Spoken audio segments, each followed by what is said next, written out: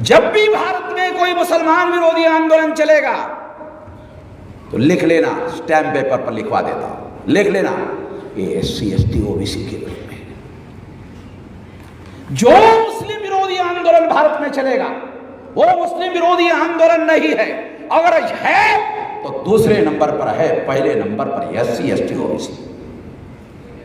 मुसलमान 15% है, SC ST OBC 74.5% है। इकट्ठा हो गए तो ब्राह्मणों की हड्डी पसली का पता नहीं चलेगा। इतनी ऊंचाई से गिर जाएगा तो उसके हड्डी पसली का पता नहीं चलेगा अगर SC ST OBC के लोग इकट्ठा हो गए भारत में। अगर 15% मुसलमान 100% इकट्ठा हो गए तो 15% मुसलमान के इकट्ठा होने से वो संकट ब्राह्मणों के सामने खड़ा नहीं हो सकता जो SC ST OBC के लोग इकट्ठा होने से होता है। तो असली समस्या, ब्राह्मणों की असली समस्या मुस्लिम नहीं है। सारे देश के मुसलमान मानते हैं मुसलमान की समस्या है। मैं अकेला मानता हूं मुसलमान की समस्या नहीं है भारत में। सारे देश के OIC organisation of Islamic country वो भी मानते हैं, मैं अकेला नहीं मानता। ये समस्या मुसलमानों की नहीं है, ये समस्या SC ST OBC को, जिसको 2-2.5 हजार साल से ब्राह्मण गुलाम बनाकर रखे हुए हैं, अगर वो जाग गए, अगर वो संगठित हो गए, राजनीतिक रूप से जागृत हो गए, संगठित हो गए, दिल्ली की सत्ता उनके कब्जे में आ जाएगी। जानते हो क्या होगा? As per the provision of the constitution, कह रहा हूं हर 21 साल के व्यक्ति को वोट का अधिकार 26 जनवरी 1950 को लागू हुआ, तब से हमारे लोगों के पास पावर है। जो पावरलेस था वो 26 जनवरी 1950 को पावरफुल हो गया। हर 21 साल के व्यक्ति को वोट का अधिकार हो गया अगर वो इकट्ठा हो गया, जागृत हो गया, संगठित हो गया, अगर वो राजनीतिक रूप से शक्तिशाली हो गया, शासक वर्ग बन जाएगा। ब्राह्मणों को समझ में आता है, हमारे लोगों को समझ में नहीं आता। 26 जनवरी 1950 को संवैधानिक रूप से बाबा साहब आम्बेडकर के प्रयास से उन्होंने हमें शासक वर्ग बना दिया। हम लोग ऐसा करने में कामयाब आज तक नहीं। यह है समझिए, हमने 18 साल 3 महीने की उम्र से लेकर अब तक इतना विशाल संगठन बनाया जो भारत बंद कर सकता है। 5 मार्च 2020 को भारत बंद किया, 29 जनवरी 2020 को CAA के विरोध में भारत बंद किया। ये भारत बंद 5 मार्च के भारत बंद से बड़ा भारत बंद हो गया। क्यों बड़ा हो गया? क्योंकि उसमें 5 लाख मुसलमान थे।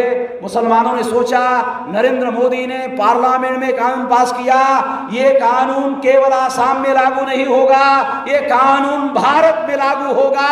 भारत के तमाम मुसलमानों को निकाला जा सकता है। अगर 5 लाख मुसलमानों को निकाला तो 5 करोड़ मुसलमानों को सारे देश से निकाला जा सकता है नागरिकता के अधिकार से। तो मुसलमान भी ऐसी अंडरस्टैंडिंग की वजह से भारत बंद के समर्थन में आ गए। 29 जनवरी 2020 को पहले भारत बंद से भी बड़ा भारत बंद हो गया। जब बड़ा भारत बंद हो गया तो RSS, BJP, विश्व हिंदू परिषद के लोग दिल्ली में बैठे, जनसत्ता के दिल्ली में अखबार में खबर छप कर आई। ये लोग चिंता में पड़ गए। क्या चिंता थी? पिछले 50 साल से SC ST OBC को मुसलमानों से लड़ाया, मुसलमानों से भिड़ाया, मुसलमानों को SC ST OBC से लड़ाया, मुसलमानों से भिड़ाया। 50 साल तक मेहनत किया दोनों को अलग रखने की, दोनों को आपस में लड़ाने की। वामन मेश्राम ने दोनों को 29 जनवरी 2020 को इकट्ठा कर, एक तरफ SC ST OBC और दूसरी तरफ मुसलमान। अगर ये दोनों इकट्ठा हो गए तो SC ST OBC और मुसलमान इकट्ठा होकर डेली ब्राह्मणों की, नाश्ते में चटनी बनाकर खाएंगे? है भाई, नाश्ते में चटनी समझते हैं? बोमिल मछली बंगाल के लोगों को मालूम है? बोमिल मछली, सूखी मछली है। अरे मछली के बगैर बंगाली लोगों का खाना पूरा कैसे होता है भाई? है? मैं एक घर में गया, कहा कि मछली खाए बगैर तो हमें ऐसा नहीं लगता कि खाना खाया। कुछ नहीं तो मछली का बास तो कम से कम होना चाहिए। कुछ नहीं चला, बास हो गया, हाँ हाँ हो गया, मिल गया। कुछ नहीं तो मछली का बास मिल जाना चाहिए। ओ हाँ, अब हो गया। इतना बंगाली मछली के पीछे पड़ा रहता है। जोर से मत हंसो भाई, थोड़ा ध्यान रखो, इतना जोर से मत हंसो, हार्ट पर पूरा असर पड़ता है। ऑक्सीजन ज़्यादा तेजी से अंदर जाएगा ना तो हार्ट थोड़ा ब्लॉक कर जाएगा, जरा खबरदारी ले लेना है। जो सच है वो बता रहा है। तो इतने बड़े पैमाने पर जब ये भारत बंद हो गया तो वो लोग चिंता में पड़ गए। SC ST OBC के इकट्ठा होने से साला संकट और गहरा हो जाएगा। इसमें तो मुसलमान भी इकट्ठा हो गया, बहुत भारी संकट खड़ा हो जाएगा। जनसत्ता में खबर आई,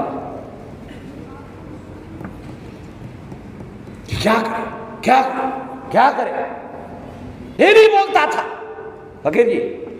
प्रधानमंत्री अमित शाह, मंत्रिमंडल के लोग डेली बोलते सीए सीए सीए सीए। अभी बोल रहा है, बोल रहा सीए है, बोल रहा सालों की बोलती बंद कर दिया, बंद हो गया। 29 जनवरी 2020 के बाद सीए बंद है, कोई नहीं बोल रहा, एक नहीं बोल रहा। बीजेपी वाले क्या कहते हैं, RSS वाले क्या कहते हैं? नरेंद्र मोदी जैसा शक्तिशाली प्रधानमंत्री, शक्तिशाली नेता इसके पहले कभी नहीं हुआ है। अखबार में प्रचार करते, इसके पहले इतना बड़ा शक्तिशाली नेता प्रधानमंत्री हमने नहीं देखा, इतना ताकतवर है कहते। चलो मैं भी मान लेता हूं, मैं आसानी से मानता नहीं हूं मगर मैं भी मान लेता, हाँ बहुत शक्तिशाली है नरेंद्र मोदी। मगर नरेंद्र मोदी ने संसद में पास किया हुआ सीए का कानून वामन मेश्राम ने लागू नहीं होने दिया। वामन मेश्राम कितना शक्तिशाली है? अगर नरेंद्र मोदी शक्तिशाली है तो नरेंद्र मोदी का पास किया हुआ कानून हमने कचरे के ढेर में रखा हुआ है। अभी तक नरेंद्र मोदी उस कानून को लागू करने के लिए रूल फ्रेम नहीं कर पाया, रूल फ्रेम नहीं कर पाया।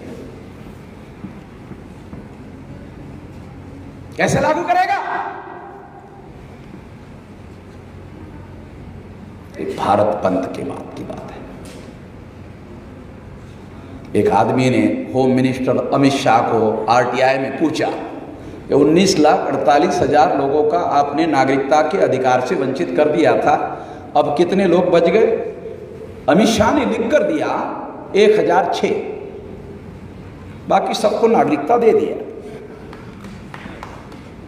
भारत बंद के बाद, ये भारत बंद के बाद का आंकड़ा बता रहा है।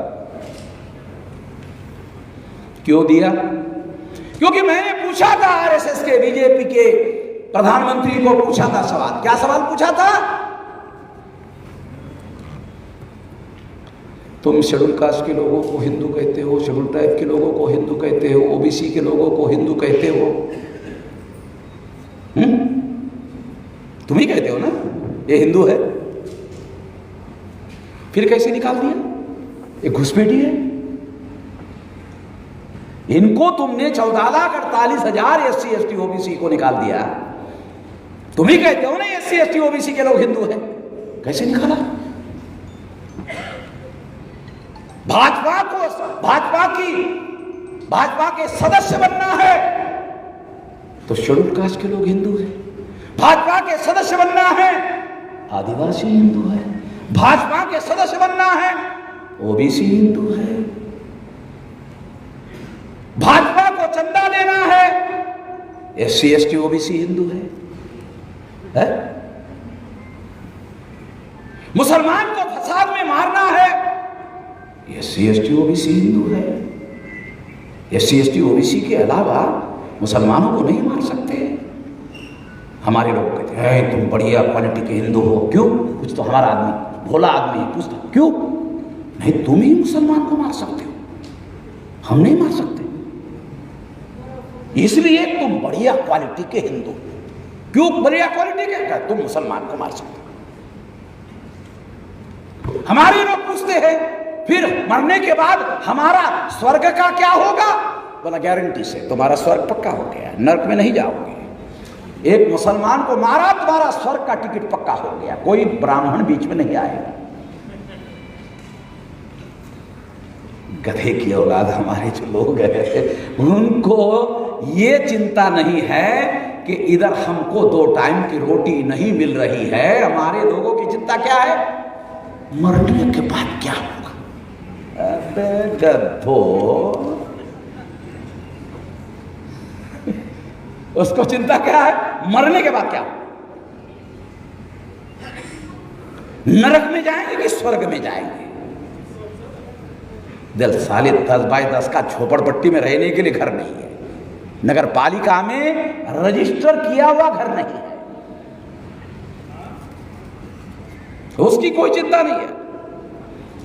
तो भाजपा के लोग, RSS के लोग, बीजेपी के लोग, विश्व हिंदू परिषद के लोगों को हम क्यों चाहिए? ये schedule caste, schedule tribe, OBC के लोग सदस्य चाहिए, चंदा चाहिए, मुसलमान को फसाद में मारने के लिए चाहिए। बढ़िया हिंदू है, ये बढ़िया हिंदू है। आरक्षण देने का मामला आता है, SC ST OBC आरक्षण देना है, अधिकार देना है। ब्राह्मण क्या कहते? लायक नहीं हो। मुसलमान को मारना है, बहुत लायक हो। तुम्हारे जैसा कोई लायक नहीं है। फसाद करना, तुम बहुत लायक हो। चपरासी की नौकरी देना है, तुम्हारे पास मेरिट नहीं है। चपरासी बनने के लिए साला मेरिट है हमारे पास। चतुर्थ श्रेणी का, तृतीय श्रेणी का बाबू बनने के लिए हमारे पास मेरिट नहीं है। कहते तुम लायक नहीं। हमारे लोगों को समझ भी नहीं आता क्या कह रहा है पंडित। क्या कहता है?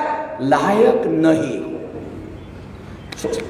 क्या कह रहा है? लायक नहीं हो। हमारे लोगों को समझ में नहीं आता। हमारे लोगों को डायरेक्ट लैंग्वेज समझ में आती है, इनडायरेक्ट है, लायक नहीं हो। इनडायरेक्ट लैंग्वेज, हमारे लोगों को डायरेक्ट लैंग्वेज समझ में आती है। डायरेक्ट लैंग्वेज क्या है? तुम नालायक हो, एकदम समझ में आता है।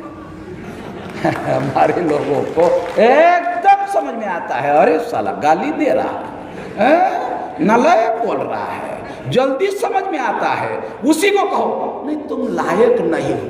क्या कह रहा है यार? समझ में नहीं आ रहा है क्या कह रहा है। बंगाली में बुड़बक बोलते, क्या बुड़बक है इधर शब्द है? बिहार के लोग बोलते, इधर बंगाल में पता नहीं कि एक जमाने में बिहार और बंगाल एक ही था। है बुड़बक बोलते ना? हाँ देखा देखा। बुड़बक शब्द बहुत बढ़िया है। मुझे 2 शब्द बहुत पसंद आते हैं बंगाल और बिहार के लोग, बुड़बक और एक मुसलमानों का जाहिल। इसके जैसे बढ़िया शब्द झाले मैंने डिक्शनरी में देखे ही नहीं। SC ST OBC के लोगों के लिए सबसे बढ़िया शब्द जाहिल। इसके जैसे जाहिल दुनिया में कोई नहीं मिलता। हम कहते अनपढ़, अरे अनपढ़ शब्द बहुत सौम्य है, माइल्ड है, माइल्ड अंग्रेजी है, माइल्ड है। जाहिल, आहा क्या बढ़िया शब्द है। 2-2.5 हजार साल के हम लोग जाहिल लोग हैं। ऐसी जमीन है हमारी, साली 2-3 हजार साल से कोई फसल ही नहीं आई उसमें। इतनी बढ़िया जमीन, साला कोई फसल ही नहीं आई।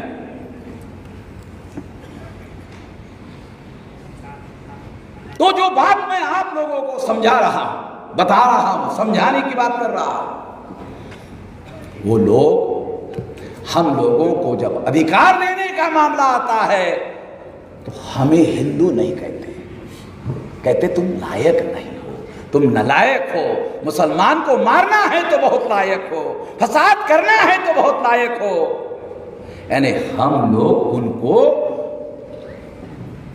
फसाद करने के लिए चाहिए अधिकार देने के लिए, नहीं चाहिए। हम हिंदू किस मापदंड में हैं? किस मापदंड में हम हिंदू हैं?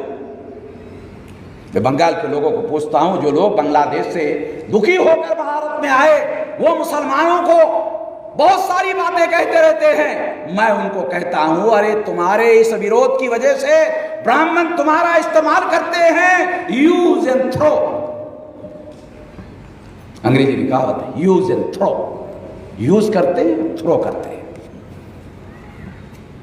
अपनी अकल से काम लेना जरूरी है।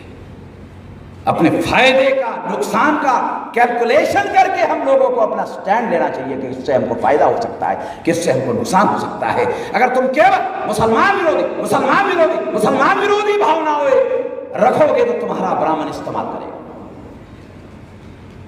और जिसका इस्तेमाल होता है उसका क्या होता है? उसकी किसी समस्या का समाधान नहीं होता, वो यूज एंड थ्रो करते रहते हैं। बंगाल में जहां जहां भी मुस्लिम विरोधी SC ST OBC में भावना है, वहां बंगाल में ज्यादा मेंबर पार्लियामेंट भाजपा के चुनकर आए। गधे लोग, वो हमारे लोग SC ST OBC। देख लेना, छानबीन कर लेना, जो बोल रहा हूं। भाजपा की ताकत बढ़ेगी, ब्राह्मणों की ताकत बढ़ेगी। ब्राह्मणों की ताकत बढ़ने से हमारे लोगों को अधिकार देगा, आरक्षण लागू करेगा, संविधान लागू करेगा।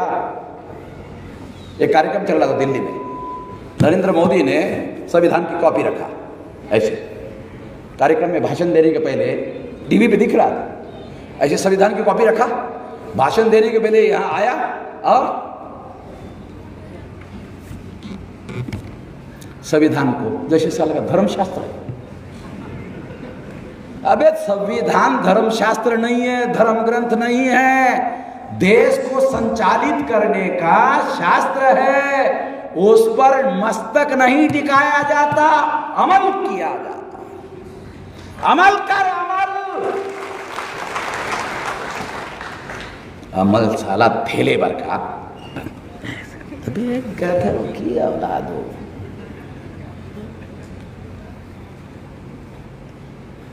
ऐसे प्रधानमंत्री का साले कोई आदर होगा? नुपुर शर्मा ने मोहम्मद साहब के विरोध में बात किया, भाजपा के लोगों ने उसको सस्पेंड कर दिया। सरकार ने क्या किया? कुछ नहीं किया।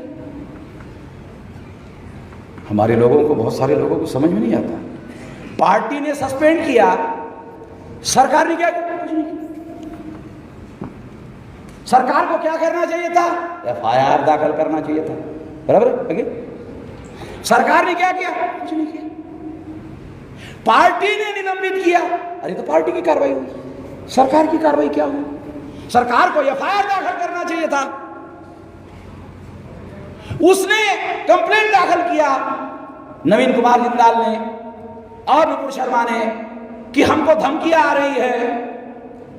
पुलिस ने FIR दाखिल कर लिया। उसको धमकी देने के लिए FIR दाखिल हो गया, मगर नुपुर शर्मा ने, नवीन कुमार जिंदाल ने इतना बड़ा क्रिमिनल ऑफेंस किया जिसकी वजह से कानपुर में फसाद हो गया, कई लोग मारे गए। इसके लिए नुपुर शर्मा जिम्मेदार है। उस पर 302 का आर्टिकल लागू किया जाना चाहिए। ये कॉज नुपुर शर्मा है। फसाद कानपुर में हुआ, कॉज नुपुर शर्मा है। नुपुर शर्मा के बयान की वजह से कानपुर में फसाद हुआ। मेरे जैसे गैर राजनीतिक आदमी को जो बात समझ में आती है, वो बात उनको समझ में नहीं आती है। समझना होगा। उनके पास डेढ़ हज़ार, केवल मुसलमान का भी कोई दूसरा कार्यक्रम है देश में? बेरोजगारी है, भूखमरी है। कितने भूखमरी से मर रहे हैं जानते हो? 82 करोड़ लोग भूखमरी, अर्ध भूखमरी के शिकार हैं भारत में, और सारे SC ST OBC के लोग हैं, माइनॉरिटी के लोग हैं। है कोई समस्या का समाधान? शहरों में और गांवों में रोजगार देने का कोई काम नहीं। जो लोग रोजगार अधिकार मांग रहे हैं, गरीबी खत्म करने की बात कर रहे हैं, उनको कह रहे मुसलमान तुम्हारे दुश्मन। क्या कह रहे? मुसलमान तुम्हारे दुश्मन। मुसलमानों ने वर्ण व्यवस्था बनाई? नहीं। मुसलमानों ने जाति व्यवस्था बनाई? नहीं। मुसलमानों ने अस्पृश्यता बनाई? नहीं। मुसलमानों ने आदिवासियों का सेग्रीगेशन किया? नहीं। मुसलमानों ने शूद्रत्व व पिछड़े वर्ग ओबीसी पर थोपा? नहीं। मुसलमानों ने महिलाओं को दास बनाया? नहीं। किसने किया? ब्राह्मण। तो मुसलमान हमारे दुश्मन कैसे बने? इसमें से कोई भी चीज मुसलमानों ने नहीं बनाई, ये सारी चीजें तो ब्राह्मणों ने बनाई।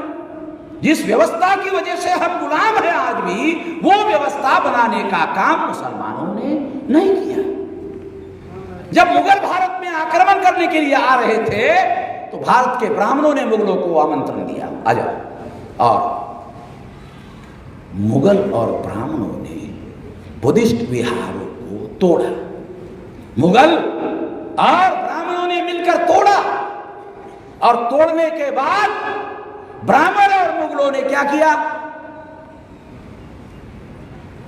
आधा मस्जिद बना ले, आधा में मंदिर बना लेता। अगर वो पहले से मंदिर था तो ब्राह्मणों के पुरखों ने मुसलमान मुगलों को आधा हिस्सा क्यों दिया? अभी कुछ समझ में आ रहा? और अगर ब्राह्मणों के पुरखों ने आधा हिस्सा मुगलों को दिया, तुम्हारे पुरखों ने दिया, साले तुम्हारे पुरखों की पिछवाड़े पे लात मारनी चाहिए, तुम हमको क्यों बोल रहे? गलती तुम्हारे पुरखों ने की, तुम्हारे पुरखों की लात मारो, निकालो साली की हड्डियां जहां रखी हुई है, निकालो उसको, मारो जूते हैं। तुम्हारे पुरखों ने नालायकी की, हमको क्यों इसमें घुसेड़ रहे हो? मगर वहां मंदिर था ही नहीं, वहां बुद्ध विहार था। अयोध्या में बुद्ध विहार था। आप बोलेंगे क्या सबूत है? आर्कियोलॉजिकल एविडेंस है मेरे पास। तमाम भारत के ब्राह्मणों को चुनौती देता हूं, जितने भी भारत के ब्राह्मण हैं उनको चुनौती देता हूं। आर्कियोलॉजिकल एविडेंस तो सारे दुनिया के लोग ठोस एविडेंस मानते हैं। मेरे पास आर्कियोलॉजिकल एविडेंस है। अयोध्या की साइट बुद्धिस्ट साइट है, 3000 भिक्षु वहां निवास करते थे। आर्कियोलॉजिकल साइट है। वाराणसी का ज्ञान व्यापी वो बुद्धिस्ट साइट है।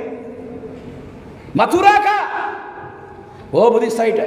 तीनों का अंग्रेजों के समय में पुरातत्विक रिसर्च हुआ, खोज हुआ, खोदा गया। सारे एविडेंसेस पुरातत्विक है। पुरातत्व के बारे में हमारी कितने लोगों को समझदारी? पुरातत्व का एविडेंस का मतलब है फाइनल एविडेंस। ये सारे एविडेंस मेरे पास में है। कोई है भारत में ब्राह्मण जो मैं कह रहा हूं उसे गलत साबित कर दे? चुनौती देता हूं, तमाम भारत के ब्राह्मणों को चुनौती देता हूं जो कह रहा हूं गलत साबित कर दे। मैं सारे सबूत देता हूं। मैं तो बगैर सबूतों के कोई बात ही नहीं करता। आज केंद्र में तुम्हारी सत्ता है तो गलत को तुम सही कह रहे हो। माइथोलॉजिकल पुराणों की कहानियां को तुम इतिहास बता रहे हो। कितने लोगों को पुराण और इतिहास का फर्क समझ में आता है? हमारे लोगों को है?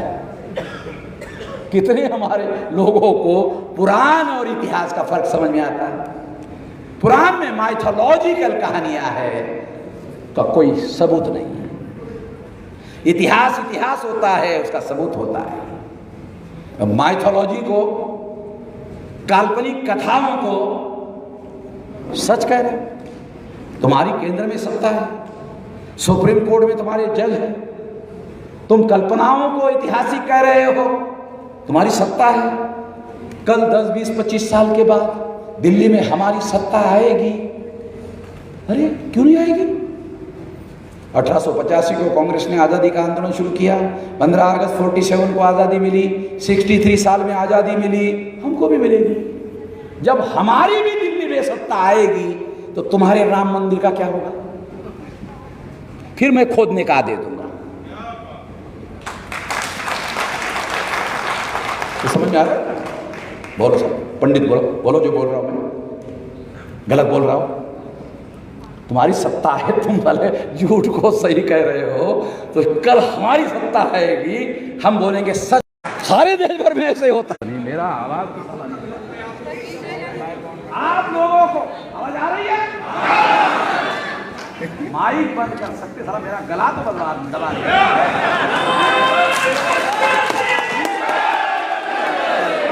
गले के आधार पर आपको अपनी आवाज बताता हूं और बता रहा हूं कि कल अगर दिल्ली में हमारी सत्ता आ गई, संख्या हमारी है, तो ये आएगा यार, तो फिर हम राम मंदिर का चैप्टर ओपन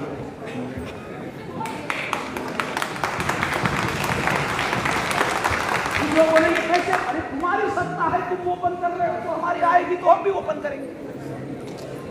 कोई नई बात तो कह नहीं रहा हो। और तुम्हारे पास एविडेंस नहीं है, मेरे पास आर्कियोलॉजिकल एविडेंस है, और आर्कियोलॉजिकल एविडेंस के आधार पर सरकार के पास फैसला करने का अधिकार है। अब किसी सुप्रीम कोर्ट को आर्कियोलॉजिकल एविडेंस के विरोध में जाकर फैसला करने का अधिकार नहीं।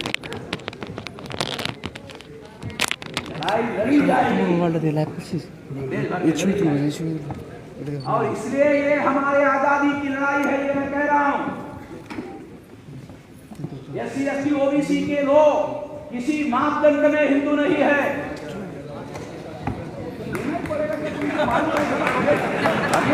के ही आवाज पहुंचाया है तो फिर कहता है कि बिजली दे दिया।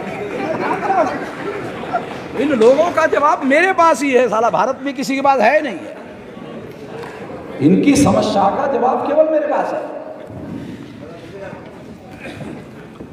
मैंने कई बार प्रयोग किया, जब वो बिजली गायब करते तो मैं सामने आकर बोलता हूं तो आधे मिनट में बिजली आ जाती है, क्योंकि उनको मैसेज जाता है, वो ऐसे आवाज तो जा ही रहा है, तो फिर बिजली बंद करने का जरा क्या मतलब है, बिजली आ जाती है। तो इसलिए आप लोगों को बता रहा हूं, आप लोगों को समझा रहा हूं। तीसरी बार भारत बंद किया 25 में, ये कल परसों, अभी तो जून चल रहा है, आज की तारीख कितनी है? 8 और 25, बहुत ज्यादा हुआ, 13-14 दिन हो गए। 13-14 दिन के पहले हमने भारत बंद किया, ओबीसी की जाति आधारित गिनती के लिए भारत बंद किया, सारे देश भर में भारत बंद हो गया। मैं आराम कर रहा था लखनऊ में, करता मेरे कमरे में आया, मैंने कहा क्या है, तो ऐसा कर रहा था। अरे मैंने कहा तो बंद ही बंद दिख रहा है, ऐसे हर जगह बंद बंद बंद, ऐसा कर रहा है बंद। अरे मैंने कहा हर जगह, हाँ हर जगह देख, सोशल मीडिया में वैसे कर रहा था, और हर जगह बंद का बंद ही बंद। अरे मैंने कहा ये मोबाइल ही बंद कर दे भाई, तू ये बंद बंद क्यों दिखा रहा है मुझे, मोबाइल ही बंद कर दे।